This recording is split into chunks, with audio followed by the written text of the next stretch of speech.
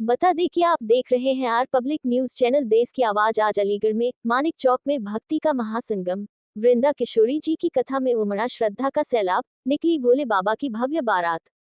मानिक चौक में शनि जयंती महोत्सव के तीसरे दिन भक्ति, श्रद्धा और उल्लास का अद्भुत संगम देखने को मिला।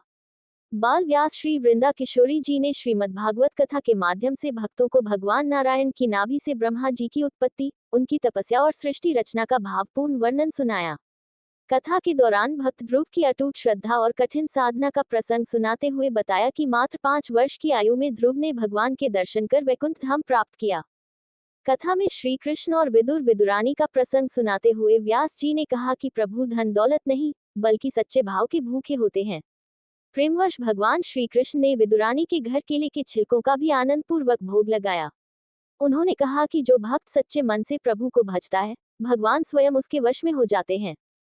समुद्र मंथन के प्रसंग के माध्यम से देवताओं और दानवों के विचारों का भी सुंदर वर्णन किया गया। कथा के बीच जब दीदी ने भजन कन्हैया ले चल परली पार, जहां विराजे राधा रानी अलबेली सरकार गाया तो पूरा पंडाल भक्तिरस में डूब गया और श्रद्धालु झूम उठे।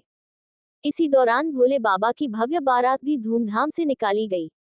बारात में 10 घोड़े, आकर्षक रथ, मनमोहक झांकियां और सैकड़ों भक्त बाराती बनकर शामिल हुए। डीजे और ढोल की धुन पर श्रद्धालुओं ने जमकर नृत्य किया।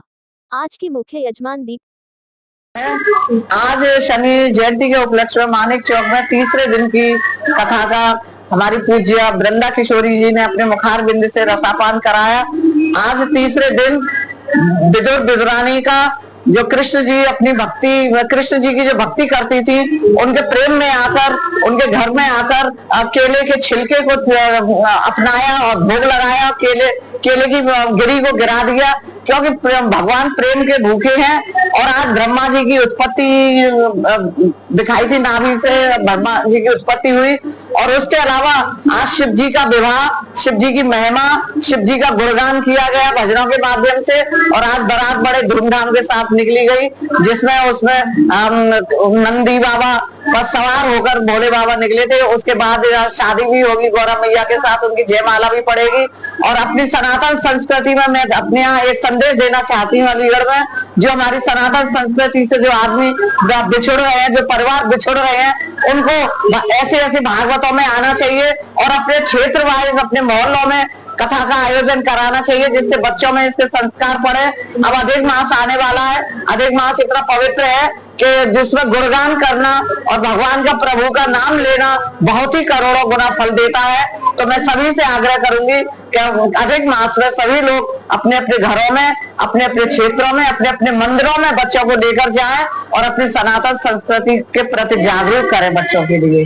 भक्तों में किस तरह का उत्साह देखने को? यहाँ सैकड़ों की संख्या में भक्त आ रहे हैं और बहुत अच्छा उत्साह लग रहा है। आप देख ही रहे हैं, दिन पर दिन भीड़ बढ़ती जा रही है। सैकड़ों की संख्या में महिला, पुरुष और बच्चे बड़े शौक से, बड़े श्रद्धा के भाव ये कथा सुन रहे हैं। और कल का नंदोत्सव है और कल तो और दुगनी भीड़ होने की संभावना है। यहाँ जगह, पांव रखने की भी जगह नहीं रहती है।